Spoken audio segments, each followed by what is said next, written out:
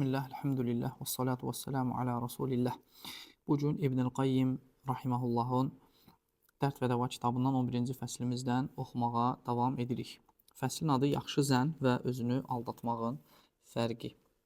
Yaxşı zənn və özünü aldatmağın fərqi. Yəni Allah haqqında yaxşı zənn və özünü insan və yaxud da öz-özünü aldatmasının fərqi. Allah barəsində yaxşı zəndə olmaqla özünü aldatmaq arasındakı fərq, ha belə yaxşı zənnin salih əmələ sövq etdiyi və ona aparıb çıxartdığı aydın oldu. Doğrusu olan budur. Yəni deyir, buradan anladıq ki, əgər bir insan Allah haqqında yaxşı zəndədirsə, bu nədir? Şübhəsiz ki, insanı salih əmələ sövq edir. Yəni günaha sövq etməsi yaxşı zənn ilə əlaqəli ola bilməz. Müəllif buyurur, doğrusu olan budur. Yəni yaxşı zənnin salih əmələ sövq etməsidir. Yox, əgər günaha və Allaha itaətsizliyə aparırsa, deməli, özünü aldatmaqdan başqa bir şey deyildir. Yəni, əslində, müəllif burada çox gözəl bir qayda qoydu ki, yəni bir insanın Allah Subhanahu taala haqqında dediyi şeylər, bu keçən fəsildə oxuduğumuz şeylər yaxşı zəndir, yoxsa özünü aldatmadır deyir. Əgər deyir, bu zənn, düşüncə səni salih əməllərə yönəldirsə, deməli, bu nədir? Allah haqqında həqiqətən Allah Rəsulullah hədislərində xəbər verdiyi kimi yaxşı zəndə olmaqdır. Amma yox, bu zənn, bu fikir səni günahlara sövq edirsə, deməli bu nədir? Özünü aldatmaqdır. Müəllif davam edir. Məhsul götürmək üçün münbit torpağı olan bir adam onu əkib becərmədən ondan məhsul gözləyirsə, o ən səfih insanlardandır.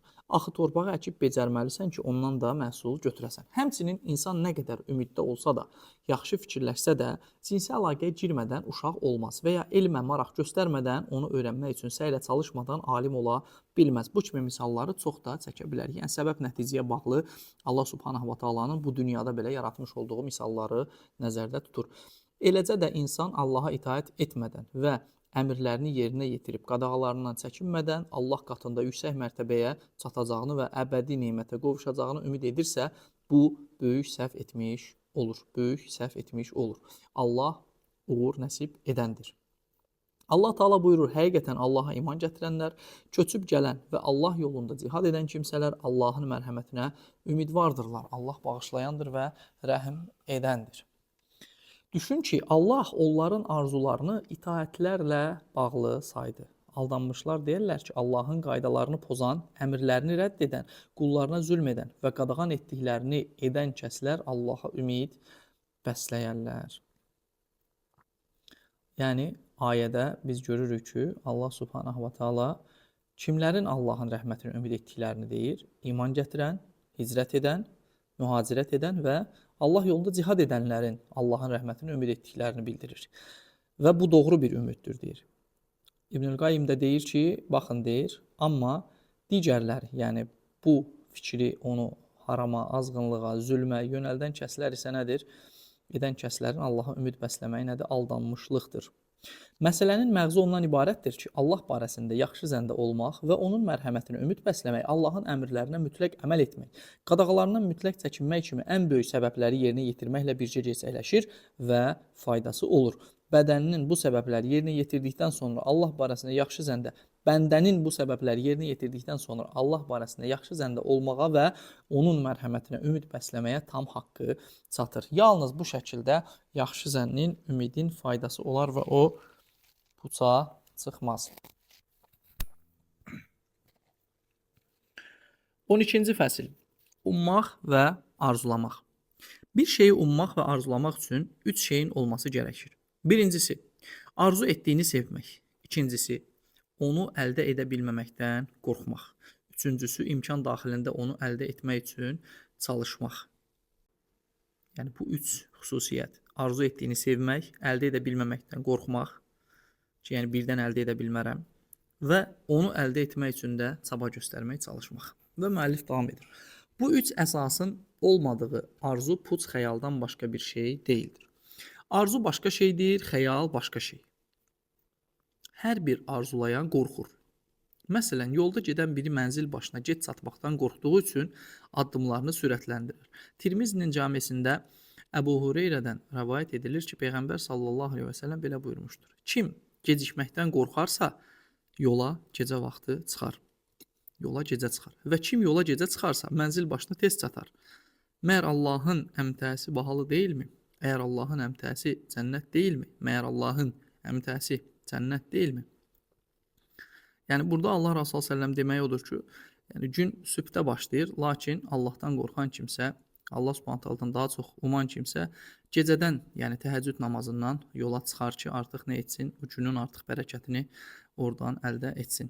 Allah Taala arzunu, ümidi əməl salihlər üçün yaratdığı kimi, eləcə də qorxunu iş görənlər üçün yaradıb. Deməli, arzu və lazımlı qorxu salih əməllə əlaqəlidir. Allah Taala buyurur: Həqiqətən Rəbbinin qorxusundan tir-tir əsənlər, Rəbbinin ayələrinə inananlar, Rəbbinə şərik qoşmayanlar, ürəkləri Rəbbinin huzuruna qayıdacaqlarından qorxuya düşüb, verməli olduqlarını verənlər, məhz onlar yaxşı işlər görməyə tələsər və bu işlərdə öndə gedərlər. Muminun 57-61-ci ayələr. Tirmizi Cami'də Ayşənin belə dediyini rəvayət etmişdir. Rasullahdan sallallahu aleyhi və səlləmdən bu ayələr barədə soruşdum və dedim, onlar içki içən, zina edən və oğurluq edənlərdirmi? Dedi, yox. Ey Siddiqin qızı, əksinə onlar oruç tutan, namaz qılan, sədəqə verən və əməllərinin qəbul olmayacağından qorxan kəslərdirlər. Onlar xeyir işlər görməkdə başqaları ilə yarışarlar. Yəni bu əməllərinin rədd edilməsindən qorxan insanlar.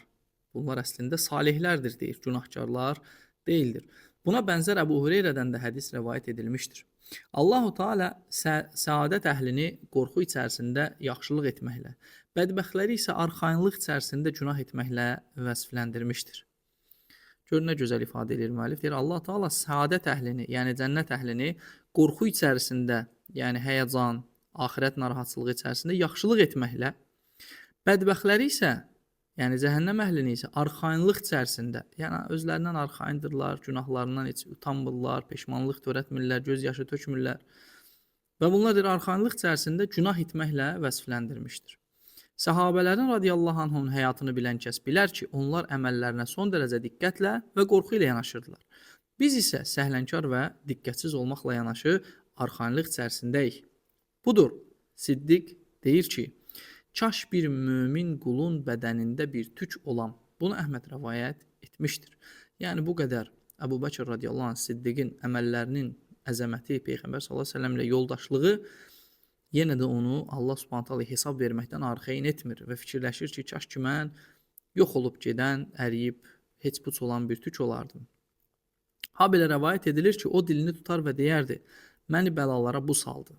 Yəni düşünün, öz halını bəlalara düşmüş bir hal zənn edir ki, və deyir, dilini tutub deyir, məni bəlalara bu saldı.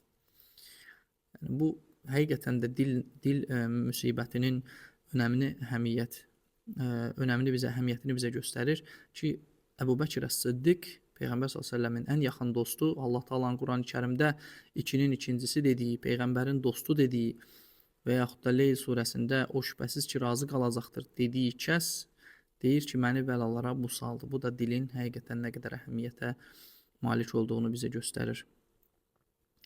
Və o çox ağlayar və deyərdi, ağlayın, ağlamasanız da ağlayan kimi edin. Bu da Əbu Bəkir radiyallahu anh sözüdür. O, namaza qalxdığı vaxt izzət və cəlal sahibi Allahın qorxusundan taxta parçası kimi olardı. Bir dəfə ona gətirilən bir quşu o tərəf bu tərəfə çevirdi, sonra dedi, əgər bir heyvan ovlanmışsa və ya bir ağac kəsilmişsə, deməli, təsbih deyilməsi azalmışdır. Yəni, bunlar dirikən Allah'a təsbih edərdilər, deyir, artıq təsbih deyilməsi azalmışdır. O vəfat edərkən Ayşəyə belə demişdi, ey qızım, mən müsəlmanlardan bu əbanı, bu süd qabını və bu köləni almışdım. Tez bunları Ömər ibn Xəttaba apar. Yəni, təsəvvür edin, Əbu Bəkir radiyallahu anh xilafətə gəldiyi zaman 2 il müddətinə təxminən xilafətdə olur və dünyasını dəyişənə yaxın bilirsiniz, Ömər ibn Xəttabı xəlifə təyin edir istişarə etdikdən sonra və daha sonra ölüm ayağında qızını çağırır Ayşə radiyallahu anhəni, deyir, ey qızım, get malımı hesabla, say. Gör, mən xilafətə gəldiyim vaxt nəyi var idi məndə və xilafəti indi tərk edirəm, nəyim var? Və Ayşə gedir, hesablayır və gətirir, deyir ona, o da deyir ki, ey qızım, mən bu müsəlmanlardan bu əbanı, bu süd qabını və bu köləni almışdım. Yəni, xilafətdə olduğum müddətcə, yəni, bu əba, bu süd qabı və bu köləni. Bundan gerisi isə onun özünün məhsulları idi. Və deyir ki, tez bunları apar Ömər bin Xəttaba ver. Hətta bu rəvayətin davamında deyilir ki, məsciddəykən Ömər bin Xəttab, Əbu Bəkir radiyallahu anh bu dediyi şeylər gətirilir, verilir və deyir ki, bu nədir? Deyir, Əbu Bəkir deyir, xilafətə gəldikdən sonra bunları müsəlmanlardan götürdüyü üçün onu indi təzdən Beytülmala, müsəlmanların büdcəsinə geri verir və Ömər ibn Xattabı burada qəhər boğur və ağlamağa başlayır və deyir ki, ey Əbu Bəkir, sən izlənməsi çox çətin bir yol qoydun. Yəni bizim səndən sonrakı idarəçilərin izləməsi çox çətin bir yol qoydun. Həmçinin o demişdi, Allaha and olsun, mən kəsilib sütun edilən bu ağac olmaq istərdim. Yenə də Allah Taala'nın huzurunda dayanmaq qorxusundan. Qatədə deyir ki, mən Əbu Bəkirin belə dediyini eşitmişəm. İstərdim ki, heyvanların yediyi ot olam. Bu isə Ömər bin Xəttabdır. O, Tur surəsini oxumuş, Rəbbinin əzabı mütləq vaqe olacaqdır ayəsinə çatdıqda ağlamışdı. O qədər güclü ağlamışdı ki, xəstələnmiş və cəmaət onu ziyarətə gəlmişdi. O, ölüm ayağında olarkən oğluna belə demişdi, vay sənin halına, yanağımı yerə qoy. Bəlkə rəhm edə mənə. Sonra 3 dəfə əgər məni bağışlamasa onda vay halıma demiş və canını tapşırmışdı. Bir gecə Quran oxuduğu vaxt qorxuya düşüb xəstələnmiş və günlərlə evdə qalmışdı. Hətta onu ziyarət etməyə də gəlmişdilər. Onun üzündə ağlamaqdan 2 qara xət yaranmışdı. Allah ondan razı olsun. İbn Abbas ona Allah səninlə ölkələr fəth edirdi. Nə qədər torpaqlar qazandırdı. Allah səninlə ölkələr fəth etdirdi. Nə qədər torpaqlar qazandırdı dedikdə ona demişdi. Nə mükafat düşünürəm, nə də günah. Mən xilas olmaq istəyirəm. Bu isə Osman ibn Affandır. O bir qəbrin qarşısında dayandıqda ağlayar, hətta saqqalı yaş olardı. Həmçinin o demişdir. Mən cənnətlə cəhənnəmin arasında olsam və hansına gedəcəyimi bilməsəm, hansına gedəcəyimi bilməzdən əvvəl kül olmağı seçərdim. Yəni o ikisinin arasında dayanıb o riski daşımaqdansa yenə də heç olmağı dilərdim deyir. Bu da Əli ibn Əbu Talibdir. Allah ondan razı olsun. O da ağlayar və qorxardı. O ən çox 2 şeydən qorxardı. Ümidlərə qapılmaqdan və həvəsinə uymaqdan. O deyərdi ki, ümidlərə qapılmaq axirəti unutdurar. Həvəsə uymaq haqla aranda əngəl yaradar. Ümidlərə qapılmaq axirəti unutdurar. Yəni ölümü unutduğun üçün axirəti hazırlığı unudarsın. Həvəsə uymaq haqla aranda əngəl yaradır. Yəni öz həvəsinə uymaq haqla sənin aranda haqqı görmənə mane olur. Dünya çıxıb gedir, axirət isə qarşıdadır. Hər ikisinin övladları var. Siz axirətin övladları olun, dünyanın övladları olmayın. Bu gün əməl günüdür, hesab günü deyil. Sabah isə hesab günüdür, əməl günü deyil.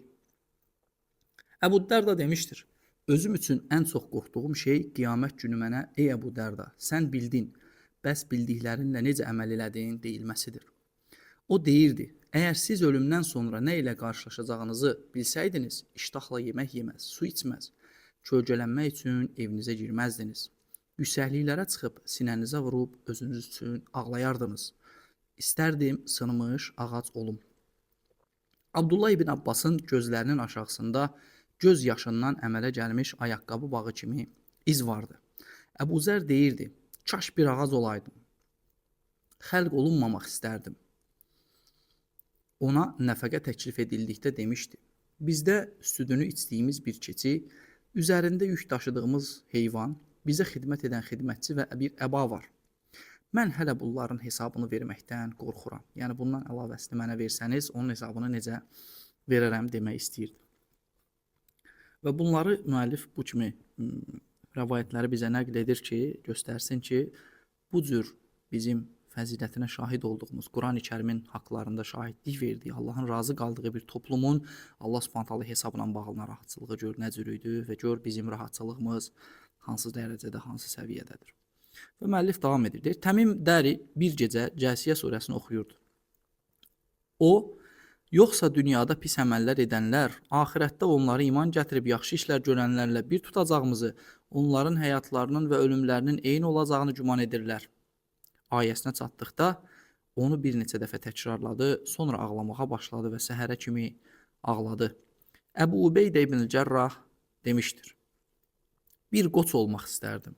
Sahibim məni kəsərdi, ətimi yeyər, şorbamı içərdi. Bunun kimi örnəkləri çoxaltsaq, fəsil uzanacaq. Buxari səhihində müminin hiss etmədən əməlinin zay olmasından qorxması fəslində qeyd edir ki, İbrahim Ət-Teymi belə demişdir.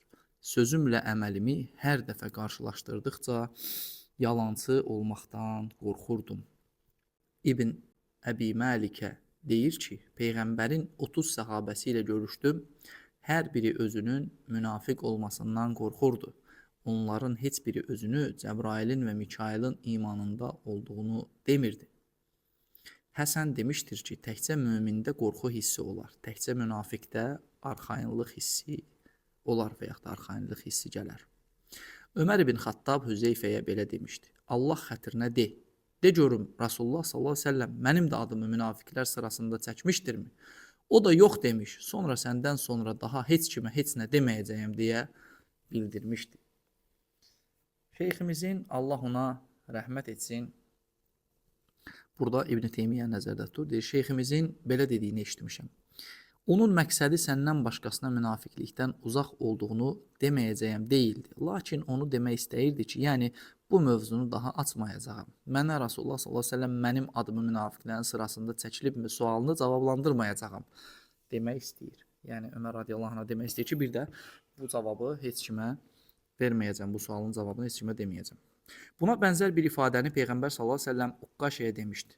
Belə ki, Peyğəmbər sallallahu əleyhi və səlləm sorğusuz sualsız 70 min adamın cənnətə girəcəyini dediyi və Uqqaşə, ey Allahın Rəsulu, dua et ki, mən də onlardan olum, deyərək Rasulullahdan sallallahu əleyhi və səlləmdən xahiş etmişdi. Rasulullah sallallahu əleyhi və səlləm də sən onlardansan dedikdən sonra başqa biri də bir xahiş etdikdə Rasulullah sallallahu əleyhi və səlləm Uqqaşə səni bunda qabaqladı demişdi. Uqqaşənin buna layiq olan tək sahabe olması varid olmayıb. Əgər Rasulullah sallallahu əleyhi və səlləm onun üçün də dua etsəydi, başqa biri qalxıb onun üçün də dua etməsini istəyəcəkdi. Beləcə qapı açılardı və bəlkə də layiq olmayan biri də qalxıb bunu istəyərdi. Ona görə də belə halların qarşısını almaq daha yaxşıdır. Ən doğrusunu Allah bilir.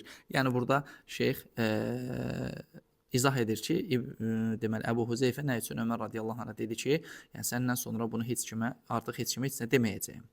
Yəni bunun qapısını açmaq olmazdı. O zaman nə olardı? Münafiqlər də gələrdilər, soruşardılar ki, bəs mənim adım var yoxsa yoxdur orada və beləcə Allah Rəsulü səlləmin Hüzeyfəyə vermiş olduğu əmanət nə olardı? Əmanət pozulmuş olardı.